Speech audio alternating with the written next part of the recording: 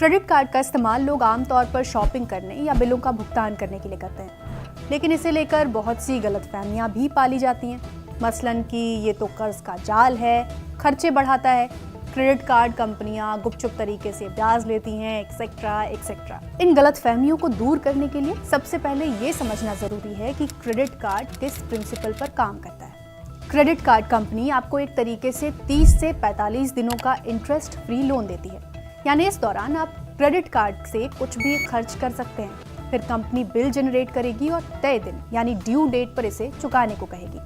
आप इसे उस दिन या उससे पहले चुका देंगे तो आपको किसी तरह का इंटरेस्ट नहीं देना होगा। अब आपके मन में सवाल उठ सकता है कि फिर ये बैंक मुफ्त में क्रेडिट कार्ड क्यों बांट रहे हैं? तो जवाब ये है कि ये बैंक मर्चेंट से आपके खरीदारी या बिल पेमेंट का कुछ चार्ज यानी कमीशन लेते हैं।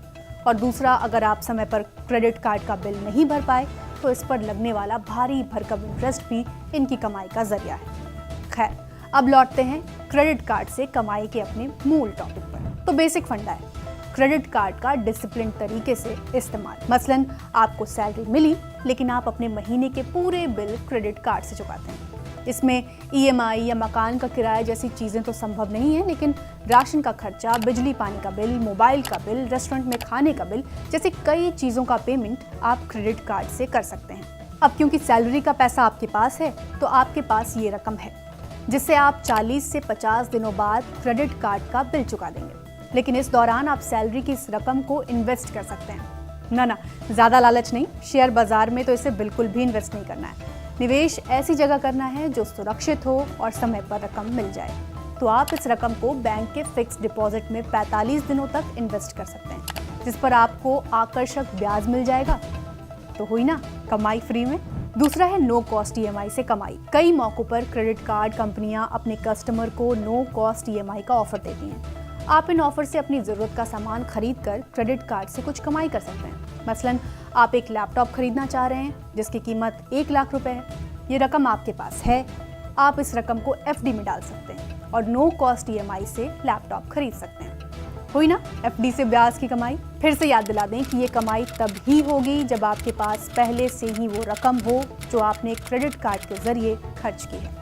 और दूसरा, आप किसी भी हाल में क्रेडिट कार्ड बिल की पूरी रकम चुकाएंगे, मिनिमम पेमेंट के चक्कर में कतई नहीं पड़ेंगे। एक और तरीका है कमाई का, कैशबैक रिवॉर्ड्स पॉइंट से।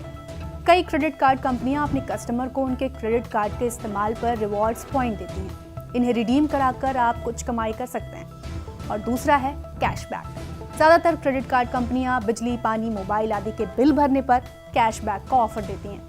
इससे भी आप कुछ कमाई कर सकते हैं। एक और बड़ा फायदा ये है कि क्रेडिट कार्ड बिल का समय पर भुगतान कर देने से सिबिल स्कोर सुधरता है और भविष्य में जब कभी आप बैंक से लोन लेंगे तो ब्याज दरों में छूट भी मिलती है। ये तो थी क्रेडिट कार्ड से हो सकने वाली कुछ कमाई की बातें, लेकिन चलते चलते आपको बता दें कि क्रेडिट कार्ड से उन लोगों को आर्थिक नुकसान हो सकता है जो इसके पेमेंट में डिसिप्लिन नहीं है। तो जब भी क्रेडिट कार्ड का इस्तेमाल करें, मिनिमम पेमेंट बैलेंस को भूल कर भी ना देखें और पूरे बिल का भुगतान करें। नो कॉस्ट EMI के नियम और शर्तों को ध्यान पूर्वक देखें। सालाना फीस पर नजर रखें कि कहीं कार्ड अपग्रेड करने के नाम पर कंपनियां ये बढ़ा तो नहीं रही हैं। तो पैसा वसूल के इस एपिसोड में इतना ही। आप भी किसी वित्तीय मसले को समझना चाहते हैं तो कमेंट बॉक्स में हमें बता सकते हैं।